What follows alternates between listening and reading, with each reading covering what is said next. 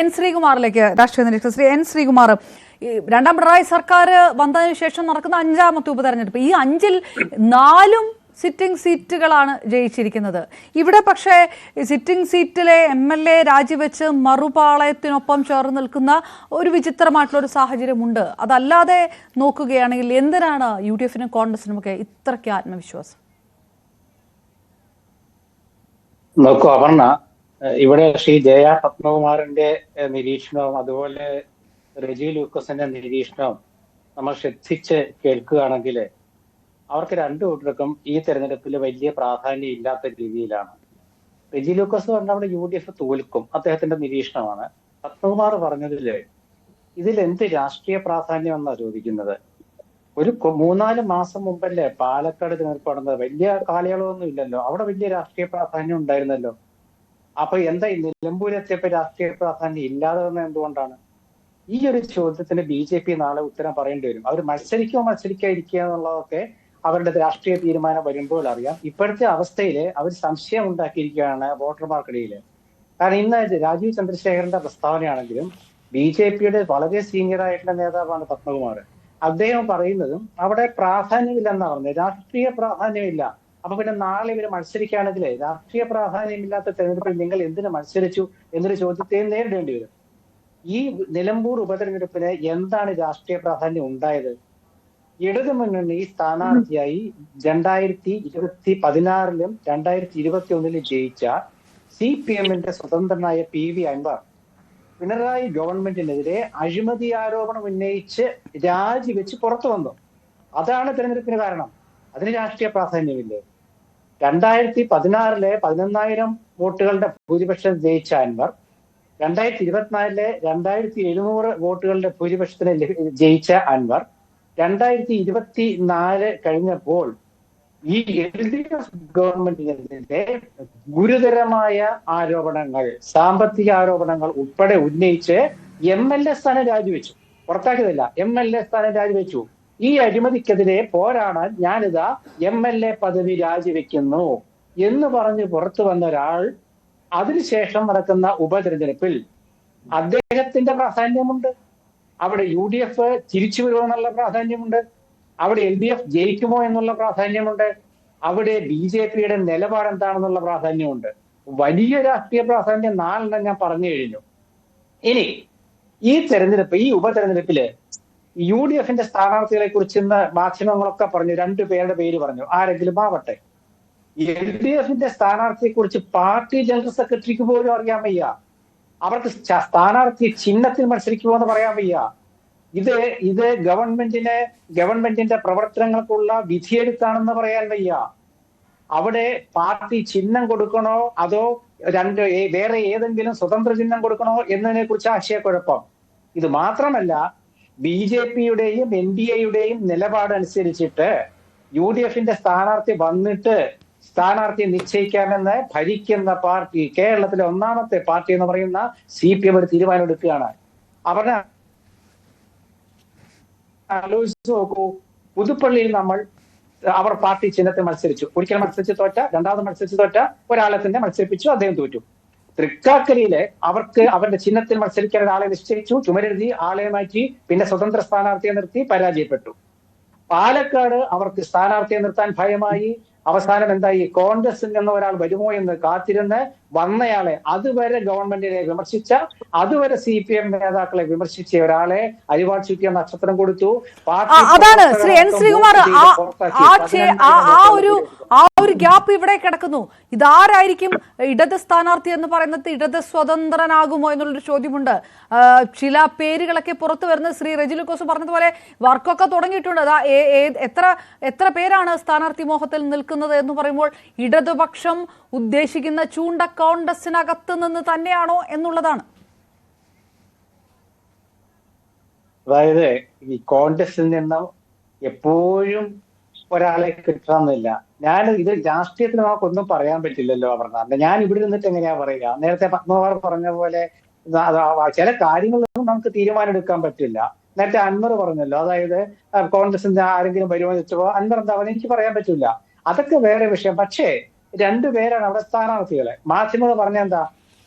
ആര്യാടൻ ഷൗക്കത്തിനെ ചിലപ്പോൾ സ്വതന്ത്രനാക്കിയേക്കാം. ആര്യാടൻ ഷൗക്കത്ത് വളരെ രൂക്ഷമായ ഭാഷയിലാണ് അതിനെതിരെ പ്രതികരിച്ചത്. ഞാൻ ആരാണെന്ന് അറിയോ നിങ്ങൾക്കൊന്ന് ചോദിച്ചില്ലേ? ആര്യാടൻ മുഹമ്മദിന്റെ മകനാണെന്ന് അദ്ദേഹം പറഞ്ഞത്. ആര്യാടൻ മുഹമ്മദ് മരിക്കുമ്പോൾ പറഞ്ഞു അവസാന ശ്വാസം വരെ കോൺഗ്രസ്സുകാരനായിരിക്കണമെന്ന് എന്ന് എന്നോട് പറഞ്ഞത് ഷൗക്കത്ത് പറഞ്ഞ ഓർമ്മയില്ലേ? നിങ്ങൾ ആര്യാടൻ ഷൗക്കത്തിനെ എങ്ങനെ ഇങ്ങനത്തെ വിലയിരുത്തുന്നത്? പക്ഷെ ഒരു കാര്യമുണ്ട്, അല്ല ശ്രീ എൻ ശ്രീകുമാർ, കോൺഗ്രസിലെ ഒരു പക്ഷേ വളരെ പ്രധാനപ്പെട്ട പല മുതിർന്ന നേതാക്കന്മാരുടെയും മക്കൾ BJP-യിലും അങ്ങനെയൊക്കെ നിൽക്കുന്ന സാഹചര്യമാണ്. ഈ പറച്ചിലിന് ചിലപ്പോൾ ഇപ്പോൾ വലിയ റെലവൻസ് കാണില്ല എന്ന് എനിക്ക് ഖേദപൂർവ്വം പറയേണ്ടതായിട്ട് വരുന്നു. ആരാ പോയത്? ഏത് നേതാവാ പോയത്? ഒന്ന് പറ. AK ആന്റണിയുടെ മകൻ വലിയ നേതാവായിരുന്നോ? അല്ലല്ലോ. പത്മജ വേണുഗോപാൽ കോൺഗ്രസിന്റെ നേതാവായിരുന്നു, ശരിയാണ്. അവരെന്താ പറഞ്ഞിട്ട് പോയത്? എന്താണ് അവര് പറഞ്ഞത്? എനിക്ക് കോൺഗ്രസിൽ വേണ്ടത്ര പരിഗണന കിട്ടുന്നില്ല. ആ പരിഗണന എന്താണെന്നുള്ളത് എന്തായാലും ഇവിടെ ഇരിക്കുന്ന മറ്റ് 3 പേർക്ക് കൃത്യമായിട്ട് അറിയാം. റഹ്മത്തുള്ള അടക്കമുള്ളവർക്ക് കൃത്യമായിട്ട് അറിയാൻ പറ്റും എന്ത് പരിഗണന കൊടുത്തെന്നുള്ളത്. ആര്യാടൻ ഷൗക്കത്ത് എന്ന് പറയുന്ന നിലമ്പൂരിലെ കോൺഗ്രസിന്റെ നട്ടലാണ്. അവിടെ ആര്യാടൻ ഷൗക്കത്താണോ ജോയിയാണോ സ്ഥാനാർത്ഥി എന്ന് നിങ്ങൾ ചർച്ച ചെയ്തോളൂ, വിരോധമൊന്നുമില്ല. രാഷ്ട്രീയത്തിൽ ചർച്ച എപ്പോഴും നല്ലതാണ്. പക്ഷെ ഷൗക്കത്തിനെ കാത്ത് CPM ഇരിക്കുന്നു എന്നൊക്കെ പറയുമ്പോൾ അത് വളരെ മോശമാണത്. കാരണം ഷൗക്കത്ത് എന്ന് പറയുന്ന ആൾ വ്യക്തമായിട്ട് പറഞ്ഞു ഒരു മാസം മുമ്പ്, ഞാൻ ത്രിവർണ്ണ പതാക പുതച്ച് അവസാന നിമിഷം വരെ ത്രിവർണ്ണ പതാക കൊണ്ട് നടക്കണമെന്നോ പുതയ്ക്കണമെന്നോ എന്തോ എന്റെ പിതാവ് എന്നോട് പറഞ്ഞു, അദ്ദേഹം പറഞ്ഞു. എന്നിട്ടും വിശ്വാസം വരുന്നില്ലേ? ആയിക്കോട്ടെ, പക്ഷെ ഇവിടെ നല്ല രാഷ്ട്രീയം നമ്മൾ ചർച്ച ചെയ്യുക. പറഞ്ഞ എന്താണ് നല്ല രാഷ്ട്രീയം? ഈ നല്ല രാഷ്ട്രീയം എന്ന് പറയുന്നതാണ് CPM-ന്റെ സ്ഥാനാർത്ഥിയെ കണ്ടെത്താൻ ബുദ്ധിമുട്ട്. അവർ പ്രഖ്യാപിക്കുന്ന സ്വതന്ത്രൻ ആരായിരിക്കും? BJP-ക്കും കൂടെ ഇഷ്ടമുള്ള ഒരാളായിരിക്കുമോ?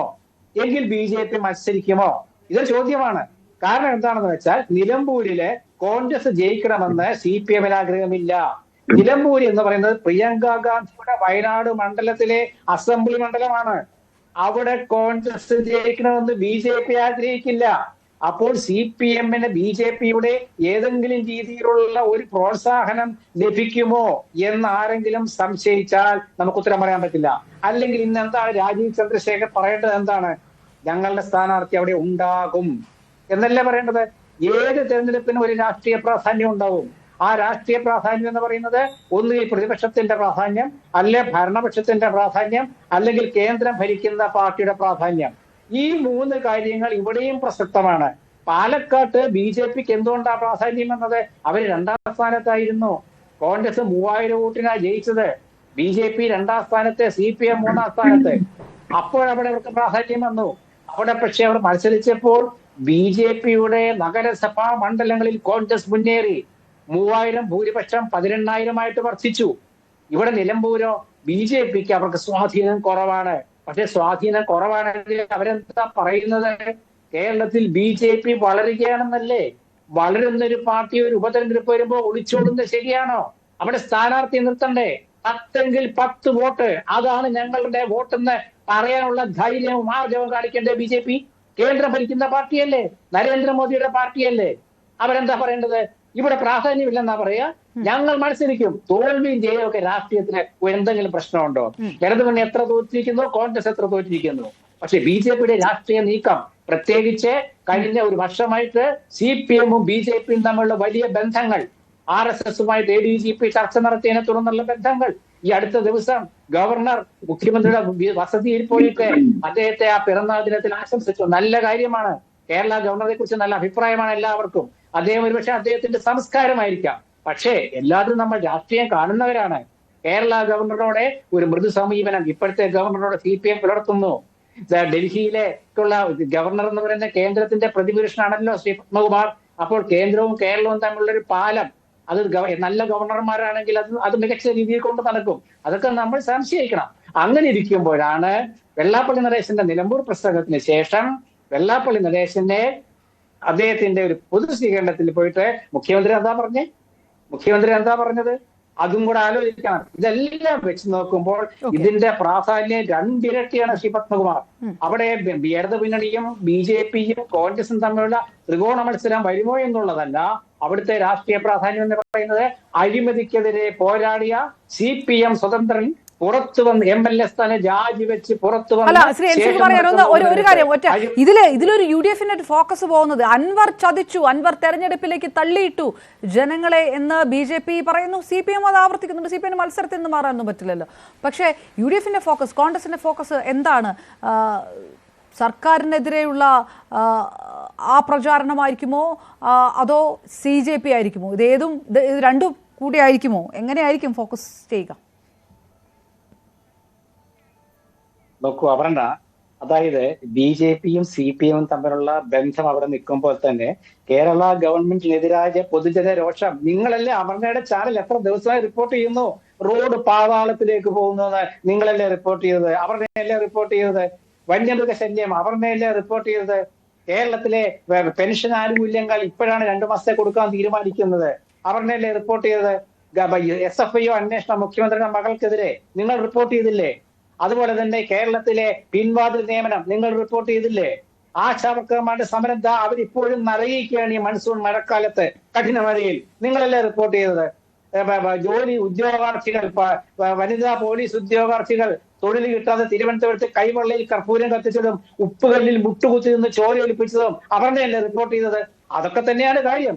ഈ റിപ്പോർട്ടെല്ലാം വെച്ചുകൊണ്ടാണ് ഗവൺമെന്റിനെ വിലയിരുത്തുന്നത്. അതുകൊണ്ടാണ് പാർട്ടി സെക്രട്ടറിക്കും പാർട്ടി നേതാക്കൾക്കും ഇത് വിലയിരുത്തലാകുമെന്ന് പറയാൻ മടി. ഞാനെന്ന് വിചാരിച്ചത് കേരള മുഖ്യമന്ത്രി ഈ തെരഞ്ഞെടുപ്പിനെ സ്വാഗതം ചെയ്തുകൊണ്ട് പ്രോഗ്രസ് റിപ്പോർട്ട് അവിടെ ചർച്ചയാകുമെന്ന് പറയുന്ന ഞാൻ വിചാരിച്ചത്.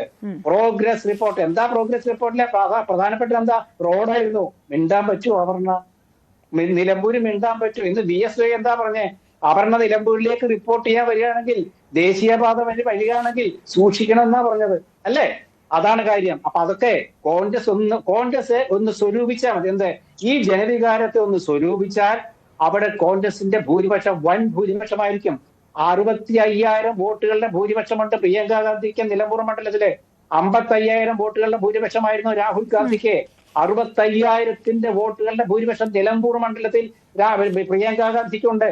അപ്പൊ BJP ചിലപ്പോ ഒന്ന് ആലോചിക്കും, ശ്രീ പത്മകുമാറിനെ പോലുള്ള ഒരു മുതിർന്ന നേതാവ് രാഷ്ട്രീയ പ്രാധാന്യം ഇല്ലെന്ന് പറയുമ്പോഴേ പ്രിയങ്ക ഗാന്ധിയുടെ മണ്ഡലത്തിൽ BJPക്ക് സ്ഥാനാർത്ഥിയില്ല എന്ന് വരുന്നത് മോശമായിരിക്കും. പത്മകുമാർ എത്രയും പെട്ടെന്ന് പത്മകുമാർ BJP പ്രസിഡന്റ് ഈ കാര്യം ഓർമ്മിപ്പിക്കണം. സ്ഥാനാർത്ഥിയെ നിർത്തണം, മത്സരിക്കണം, ജയവും തോൽവിയും പോട്ടെ. അതല്ലെങ്കിൽ ഈ CJP എന്ന് ഞാൻ ഉന്നയിക്കാറില്ല ആ പദം, അത് കോൺഗ്രസ്സുകാർ പറഞ്ഞ ആ പദത്തിന് പ്രാധാന്യമേറും. യെസ്, ഞാൻ തിരികെ എത്താം. മാധ്യമപ്രവർത്തകർ ശ്രീ